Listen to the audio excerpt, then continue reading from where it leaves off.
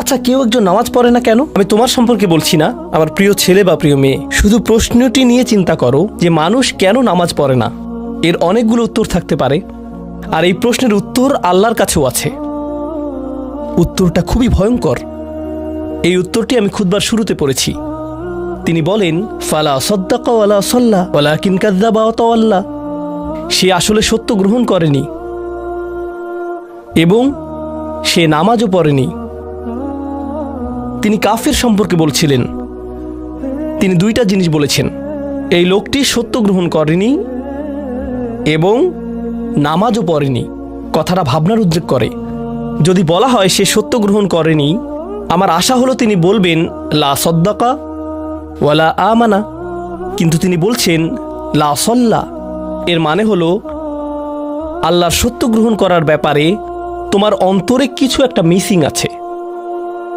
না না না, বাচ্চাটা বলে আমি আল্লাহকে বিশ্বাস করি, আমি মুসলিম।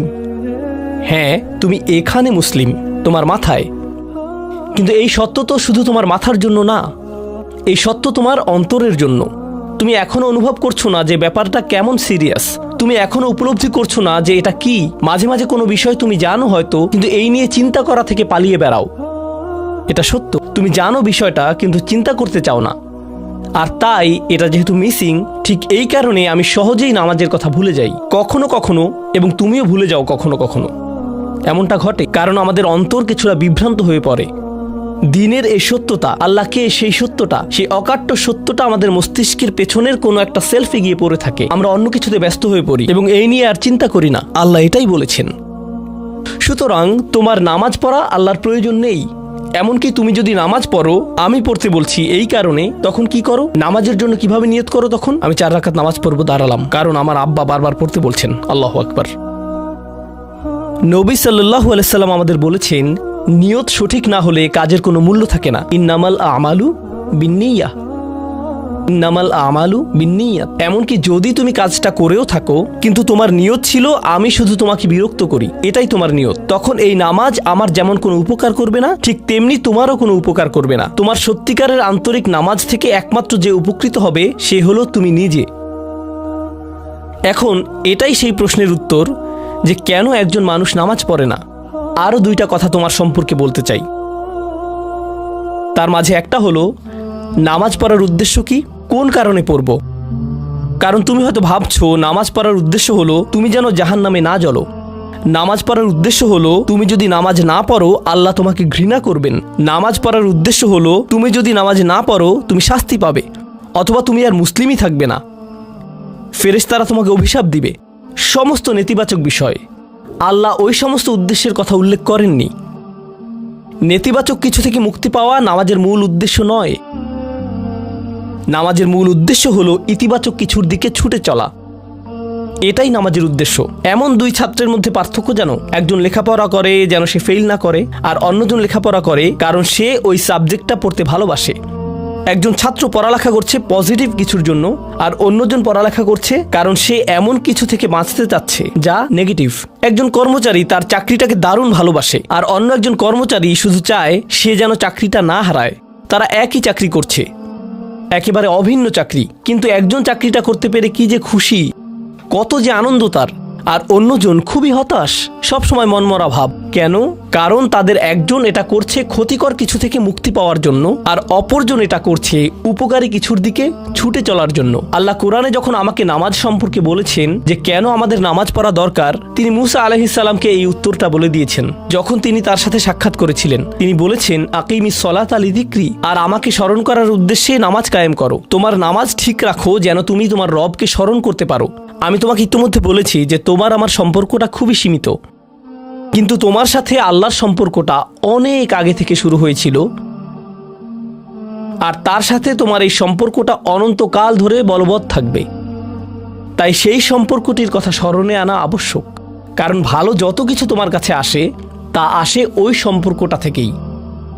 সামান্য কিছু ভালো জিনিস তোমার বাবার কাছ থেকে আসে, কিছু কিছু ভালো জিনিস, কিন্তু সকল ভালো জিনিস যা তোমার কাছে আসে তা আসে একমাত্র ওই সম্পর্কটির কারণে, যদি তুমি চাও সকল উপকারী জিনিস তোমার জীবনে অবস্থান করুক, তখন তোমাকে অবশ্যই তার কথা স্মরণ করতে হবে, যার নিকট থেকে সকল কল্যাণের আগমন ঘটে, যার নিকট থেকে সকল নিয়ামতের আগমন ঘটে, সকল রিজিকের আগমন ঘটে, সকল হেদায়েতের আগমন ঘটে।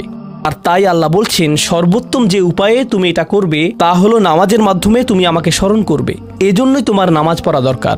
আচ্ছা, পরিশেষে এজন্যই তোমার এটা করা উচিত, কিন্তু তুমি এটা করছো বলেই সঠিক নিয়ত সহকারে আল্লাহ বলছেন কেবল এখানেই শেষ নয়, এর কিছু উপকারিতাও আছে। কিছু ভালো জিনিস তোমার পথে আসবে যখন তুমি সত্যি সত্যি আল্লাহকে স্মরণ করবে। যখন তুমি আল্লাহকে স্মরণ করবে যেভাবে তিনি চান সেভাবে, আর যে উপায়ে তিনি চান তা হলো এই নামাজগুলোর মাধ্যমে। তুমি যদি এটা করতে পারো, আল্লাহ বলছেন ইন্না সলাতা তানহা আনিল ফাহশা ওয়াল মুনকার। এমনকি এই আয়াতেও ওয়ালা যিকরুল্লাহি আকবার, তিনি বলছেন নামাজের মধ্যে এই উপকারটি আছে যে এটা তোমাকে অশ্লীলতায় পড়ে যাওয়া থেকে রক্ষা করবে। কারণ অশ্লীলতা তোমার চারপাশে বিরাজমান, আর আমি প্রিয় পুত্র তোমাকে এটার সম্মুখীন হওয়া থেকে রক্ষা করতে পারবো না। অশ্লীলতা তোমার ফোনে, অশ্লীলতা তোমার স্কুলে, অশ্লীলতা তোমার বন্ধুদের মাঝে, অশ্লীলতা ঈদের অনুষ্ঠানে, যখন কোনো কর্নারে গিয়ে বন্ধুদের সাথে আড্ডা দাও, অশ্লীলতার উপস্থিতি তুমি সর্বত্র দেখতে পাবে। প্রতিবার যখনই তুমি অশ্লীলতার দিকে এগিয়ে যাবে তোমার অন্তর ক্ষতিগ্রস্ত হয়ে পড়বে। আর আল্লাহ বলছেন যদি তুমি এই নামাজগুলো আদায়ে যত্নবান হও, এগুলো তোমাকে অশ্লীলতার করাল গ্রাস থেকে রক্ষা করবে।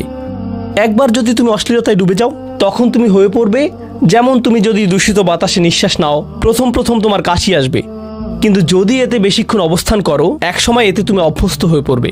অশ্লীলতাও ঠিক এরকম, এতে আকণ্ঠ নিমজ্জিত থাকলে একসময় এটাকে আর বড় অপরাধ বলে মনে হবে না, নিজেকে এর থেকে রক্ষা করার কোনো গরজ অনুভব করবে না আর, কারণ তোমার প্রতিরোধ ব্যবস্থা দূষিত হয়ে গেছে। এরপর তুমি এমনকি আরও বিষাক্ত আচরণের জন্য প্রস্তুত হয়ে যাবে, এমনকি আরও জঘন্য বিষয় ওয়াল মুনকার, এমনকি আরও ঘৃণ্য কাজও তোমার দ্বারা সম্পন্ন হয়ে যেতে পারে। অধঃপতনের অতল গহ্বরে হারিয়ে যাওয়া থেকে এই নামাজগুলো তোমাকে রক্ষা করবে। এই জন্যই তোমার নামাজ পড়া দরকার, এই সমস্ত কারণেই তোমার নামাজ পড়া প্রয়োজন। আমি বলেছি এই জন্য না, এই সমগ্র ভ্রমণের শেষে সিদ্ধান্তটা সম্পূর্ণরূপে তোমার। কারণ আল্লাহ হয়তো আগামীকালই আমাকে নিয়ে যেতে পারেন, আল্লাহ হয়তো আমাকে 1 বছরের মধ্যেই নিয়ে যেতে পারেন। তোমার এবং আমার মাঝে যে এই সম্পর্কটা বর্তমানে আছে, এমনকি যদি আমরা 100 বছরও বাঁচি, আমরা এর চেয়ে বেশি বাঁচতে পারবো না। একটা সময় আছে যখন এর সমাপ্তি ঘটবে, কিন্তু ওই সম্পর্কটি, তুমি যদি সত্যিই ওই সম্পর্কটি সম্মান করতে চাও, নামাজ পড়ো। তোমার প্রতি এটাই আমার উপদেশ। এখন আমি পিতামাতার উদ্দেশ্যে কথা বলবো। এটা হবে ছোট্ট একটা রিমাইন্ডার আমার জন্য এবং আমাদের সবার জন্য, আমাদের পিতামাতাদের জন্য। সন্তানাদি আল্লাহ প্রদত্ত একটা নিয়ামত, তাদেরকে এজন্য দেওয়া হয়নি যেন আমরা তাদের নিয়ন্ত্রণ করতে পারি। যত বেশি আমরা তাদেরকে নিয়ন্ত্রণ করতে চাইব, তত বেশি হতাশ হব সকল অবস্থাতেই। আমি দেখেছি এমনটা, বিশেষ করে যে পরিবারগুলো তাদের সন্তানদের দিনের সুরক্ষা করতে চায়, তারা যত বেশি সন্তানদের উপর জোর করে দিন চাপিয়ে দিতে চায়, তত বেশি ওই ছেলেমেয়েগুলো অদ্ভুত সব উপায়ে বিদ্রোহ প্রকাশ করে। কারণ যে বিষয়টা আল্লাহ চান আপনি তাদেরকে প্রদান করুন, আপনার ছেলে মেয়েদের কাছে আপনার যে সুযোগ আছে সেটা তাদেরকে আপনার আদেশ নিষেধ মানতে বাধ্য করার জন্য নয়। সুযোগটা এই জন্য দেয়া হয়েছে যেন আপনি তাদেরকে এমন সব বিষয়ে চিন্তা করাতে পারেন যা শুধু আপনার পক্ষেই চিন্তা করানো সম্ভব, তাদেরকে এমন সব বিষয়ে পছন্দ করাতে পারেন যা শুধু আপনার পক্ষেই পছন্দ করানো সম্ভব। আপনার বাচ্চাটা বাস্কেটবল পছন্দ করে কারণ সে আপনাকে বাস্কেটবল খেলতে দেখেছে, সে প্লে স্টেশন পছন্দ করে কারণ সে তার বাবাকে প্লে স্টেশনে খেলতে দেখেছে। এভাবে আপনি বাচ্চাটার অন্তরে কোনো কিছুর জন্য ভালোবাসা তৈরি করে দিতে পারেন, কারণ আপনি যেরকম আপনার পক্ষে এটা করা সম্ভব। আর যখন বাচ্চাদেরকে বলতে থাকেন তোমার হোমওয়ার্ক করো, তোমার হোমওয়ার্ক করো, আপনার সন্তানের বয়স যখন 40 হবে সে তখন বলবে না আমি হোমওয়ার্ক ভালোবাসি, কিন্তু 40 বছর বয়সেও সে বলবে আমি বাস্কেটবল ভালোবাসি, আমার বাবা সবসময় বাস্কেটবল খেলতেন। আপনি যা ভালোবাসেন তা ট্রান্সফার হয়ে তার কাছে চলে যায়, আর যা করতে বলেন তা প্রত্যাখ্যাত হয়ে যায়। এমনটি আপনার ক্ষেত্রেও ঘটেছিল। আপনার ছেলে মেয়েদের কথা ভুলে যান, আপনার নিজের বাস্তবতাও এটাই। আপনার বাবার কিছু কিছু জিনিস যে আপনি এখনো পছন্দ করেন তা ভালোবাসার মাধ্যমে আপনার নিকট ট্রান্সফার হয়েছিল, আর আপনার বাবার ওই ব্যাপারগুলো আপনি অপছন্দ করতেন যা তিনি জোর করে আপনাকে গেলাতে চেয়েছিলেন। এখানে উপবিষ্ট প্রত্যেকের বাস্তবতা এটাই, শুধু সেগুলোই গ্রহণ করেছি যেগুলো ভালোবাসার মাধ্যমে হস্তান্তরিত হয়েছিল। ঠিক এই ইশারাটাই আমাদের পিতামাতাদেরকে দেয়া হয়েছে সূরাতুল ইসরার এই আয়াতে, রব্বির হামহুমা কামা রব্বায়ানি সগীরা। রব্বাইয়ানি মানে যখন তারবিয়া ব্যবহার করা হয় একটি চারা গাছ বড় করার জন্য আপনাকে চারা গাছটির যত্ন নিতে হবে, এর সযত্নে প্রতিপালন করতে হবে। গাছটির প্রতি চিৎকার চেঁচামেচি করলে তো হবে না, তাড়াতাড়ি বড় হও, তাড়াতাড়ি লম্বা হও। আপনার একে সময় প্রদান করতে হবে। অনেক সময় পোকামাকড় এসে এর পাতাগুলো খেয়ে ফেলতে চাইবে, আপনাকে তখন পোকামাকড় সরিয়ে দিতে হবে। কখনো কখনো একটু কঠোর আচরণ করতে হবে, শুধু অতটুকুই যেন পোকামাকড়গুলো দূর হয়ে যায়। এরপর আবারও এতে পানি দিতে হবে। আমাদের বাচ্চাদের সাথে আমাদের উদাহরণটা ঠিক এমনই।